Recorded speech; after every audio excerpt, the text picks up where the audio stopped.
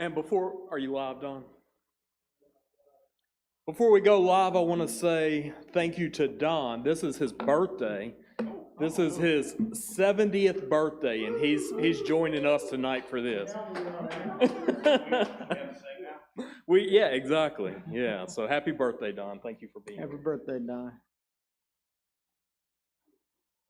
Ready to roll? Ready?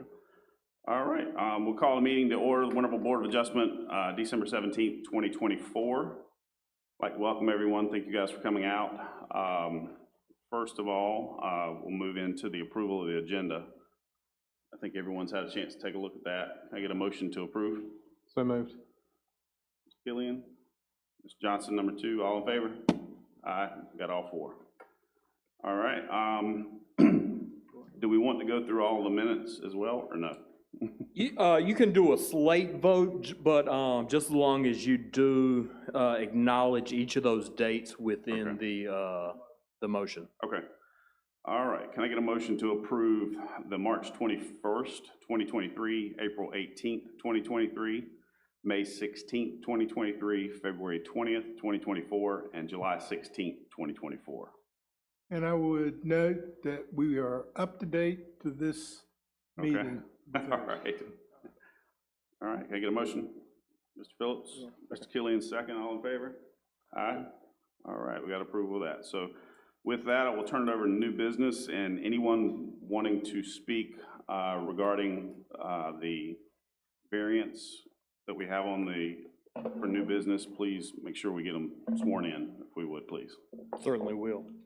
All right, tonight we just have one item on the agenda for Board of Adjustment, December 17th.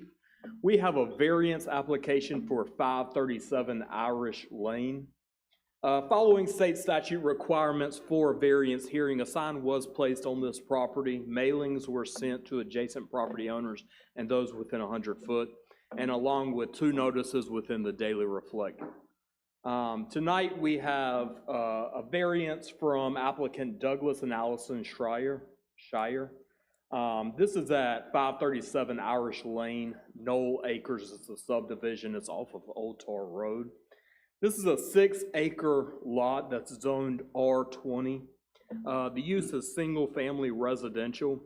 The issue or request that we're going to look at tonight is that the owner desires an accessory building that, in combination with the existing accessory buildings, would exceed the 50% gross floor area of the principal use building as stipulated in the zoning ordinance. So to make that a lot more simple, if you measure the outside of your home and divide that by 2, so 50% of it, that's as much accessory building as you can have on your property in a residential zoning area. The applicant is seeking to add another accessory building that would take it over that amount. Just to give a little bit of history on this, the applicant's contractor applied for a zoning compliance application for an accessory building. Planning staff noticed that there were existing accessory buildings on the property and used OPUS to measure the existing accessory buildings in combination with the proposed, and found that it would exceed the maximum accessory building size permitted at this site. The zoning ordinance states that all accessory buildings for residential use shall not exceed 50% of the gross floor area of the principal use building. That's what we're going to review tonight. Staff did measure the home's gross floor area on OPUS. It looked to be roughly 5,084 square foot. The ordinance again allows up to half of that in accessory buildings, so that would be 2,542 square foot. There's roughly 2,678 square foot of accessory buildings by using the applicant's math on their application. The applicant wishes to add another accessory building, a 40 by 30 building, or 1,200 square foot building on the property. Again, this would result in the applicant exceeding the maximum by roughly 1,336 square foot. This is an image of the applicant's property. Again, this is Old Tar Road coming north to south over here. This is a 6-acre property with a significant amount of greenery and blockage from the adjacent neighbors. This is an image, and I have provided the entire application in front of all of you as well. But this is one of the images that was included within the application. One thing that I'd like to note is a couple of the measurements. So this proposed building would be 300 foot from the back property line. It would also be 115 foot from the nearest side yard property line. So if we're looking at the aerial again, it's a little bit washed out right here, but there is a red star right here. This represents the approximate location of the proposed accessory building.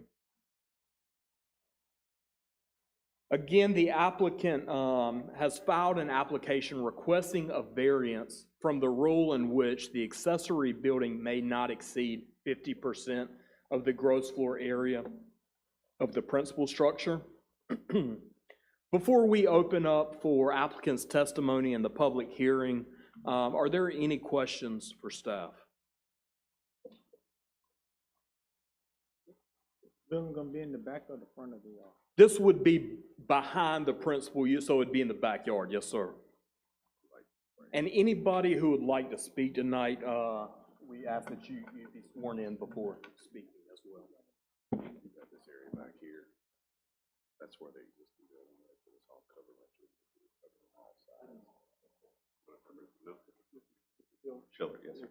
Anybody else can testify this year? I don't think I want to let any of the kids up here. In the justice of their time. We're free and open to everybody. Where would you Yes, like sir. to go first? The left hand, raise right.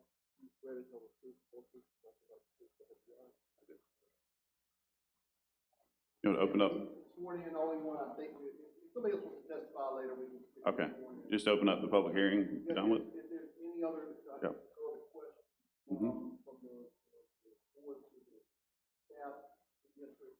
Okay. All right, with that, we'll open up public hearing, and anyone in favor or against, please come forward. It looks like we only have one for. So Mr. Schiller, how would you say your name? Mr. Schiller. Schiller. Yes, sir. If you'll go ahead, we'll turn it over to you. So once again, thank you guys for having us here tonight. It seems like hopefully we're the only thing on there and can get through this fairly quickly, and happy to answer any questions as well. One question I have for Stephen, can I bring up that aerial somewhere on here as well again, sir, just to kind of go through this? Absolutely. So what we're looking at is a variance to section 3.11 of the accessory building structure, which Mr. Penn's already gone through fairly extensively. And the reason that we're falling out of this is that 50% requirement. Well, one of the things that it also talks about is less than 30% of the actual total utilization of the backyard as well, which with the 6-acre lot actually creates a large discrepancy between what you can have from the primary building as well as the 6-acre lot. So one of the things that we've looked at with this is the 6-acre lot here within the Winterville ETJ is actually significantly larger than most in and around the area. If we look at it, I believe the average area size lot within Winterville from what I could get online is around 1.4, so this lot's about 4 times the size of the majority of lots within Winterville. So what we're looking to do is actually adding a pool house to the backyard there, which would be our third accessory structure, and would also meet all the other same criteria of accessory structures in the terms of setback, as well as less than 50% of the structure. It would match the same primary structure as well. Let me just go back through here.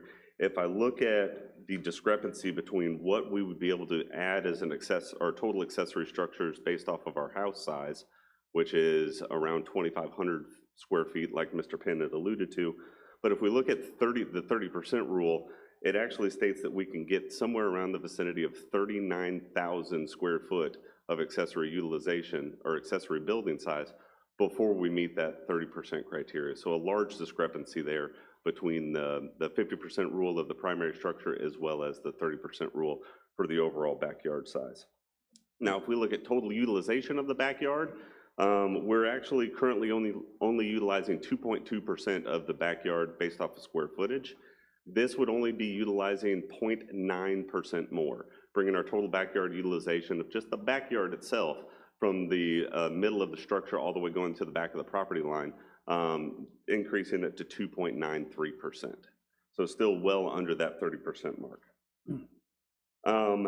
For the hardships that result from the conditions that are particular to the property, as we stated before, the property is very unique within Winterville. It's one of the few that's actually this close to the town as well as this much size. And as we talked about before, the discrepancy between the 50% rule as well as the 30% rule, when you have this much acreage, it actually creates a very large discrepancy between the two. The other point I want to bring up as well as Mr. Penn had alluded to, if you break our yard down into almost 3 areas, the front yard, I would call it the middle yard, in between the house and that secondary tree line there in between there, and then the backyard where the barn as well as our other storage building are is in the backyard. There's no current structure within the middle portion of the yard whatsoever. This would be the first one that would actually be in there, still almost kind of secluding the 3 sections of the yard. To point number 3 for the variance request, the hardship is not a self-created hardship. No construction has begun on this. We filed through the Planning and Zoning Board and asked them, and once we heard that this would be out of variance, I talked to Mr. Penn about how to go through and try to proceed with this so that we could meet all requirements before any construction actionably begun. And then lastly, the request of the variance is consistent with the spirit, purpose, and intent of the ordinance, such that public safety is secured and substantial justice is achieved. We've tried to do that with everything that we can here. I feel that most likely the spirit of this ordinance is so that people don't go through and fill their entire backyard up with as much as they possibly can back there. And I don't feel like we're doing that. We're not putting in an aircraft carrier or aircraft hangar back there or anything along those lines. This is a pool house that meets all the other setbacks, size criteria. The biggest reason that it's not even attached to our primary structure to try to even look around this is because trying to attach a 2-story structure and a 1-story structure via way of a breezeway is not very easy to do or aesthetic or anything along those lines. So rather than trying to do that, short of putting in a 2-story slide from the top of our house all the way into the pool, which I don't think would meet safety criteria, we felt that a variance was the best way to do that. We're still going to try to hide this from public view so that it cannot be seen from the street. As you can see, where the structure is located, it likely will not even be visible from the street. It's going to match the same brick exterior as the primary structure to try to make sure that we're maintaining the same property criteria as well as matching everything on the property that we can. And then I believe and then no additional safety risks. If anything, this will be allow us to increase safety along the pool as well, because it'll allow us to, 1, help us fence it off, 2, provide better lighting, as well as provide us power to put in additional cameras so that we can have and oversee the pool area as well. And I'm happy to take any questions at this point in time. Any questions? Question? All right, I think we're good. Thank you, Mr. Schiller. Sounds good. Thank you, guys. Yeah, anyone else wants to speak for?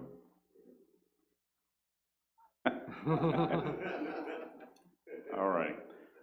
With that, we'll close the public hearing and turn it back over to Stephen. Do you have any further addition here at all? Anything? I do not. If anybody has any questions for staff, certainly let me know, but we can proceed to the findings of facts if the board is ready.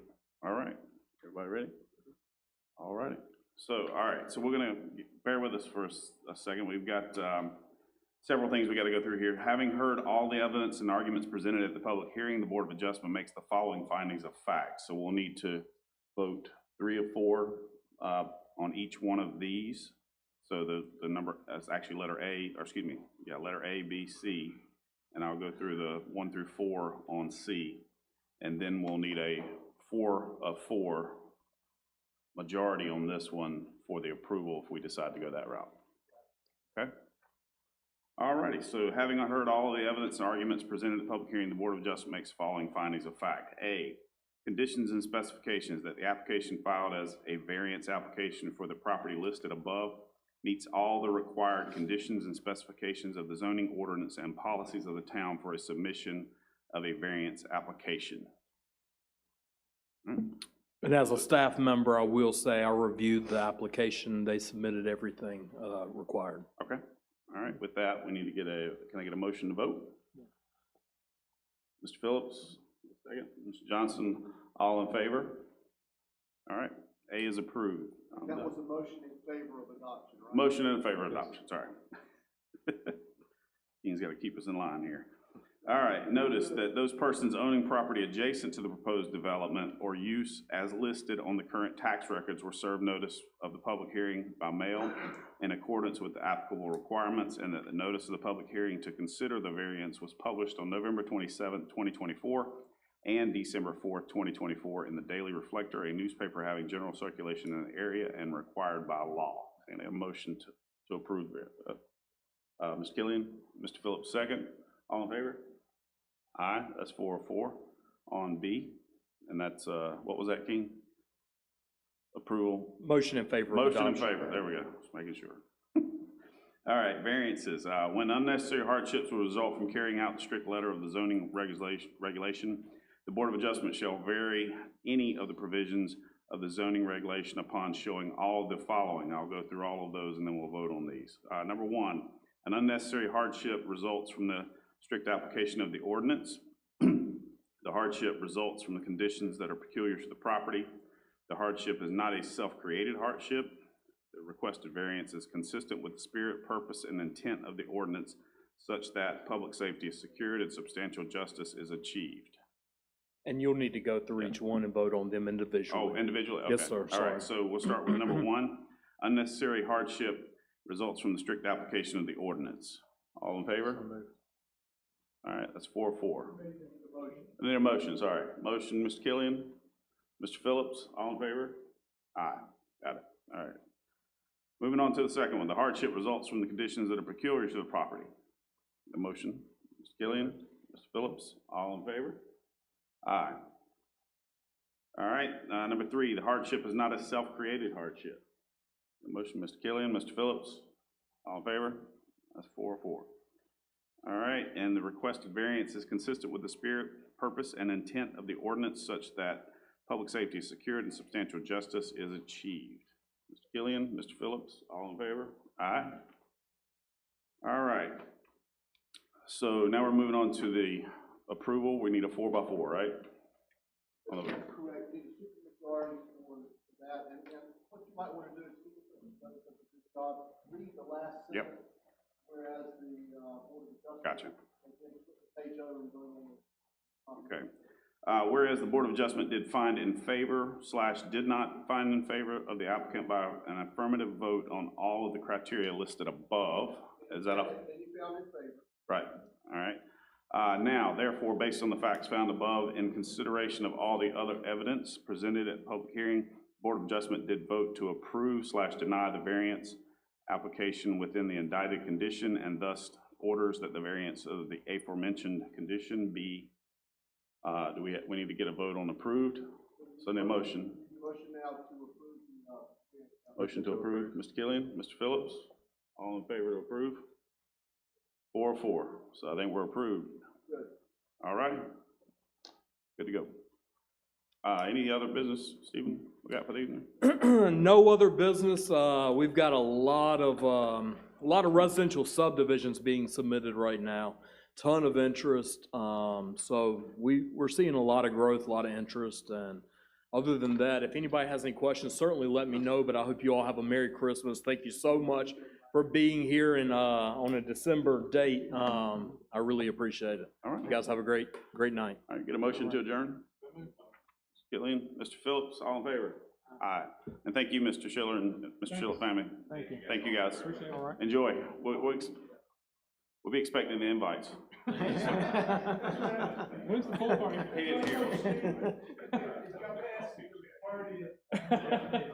Wait till it warms up. Oh, yeah, well, for the birthday party. I don't know. We're gonna have our next meeting.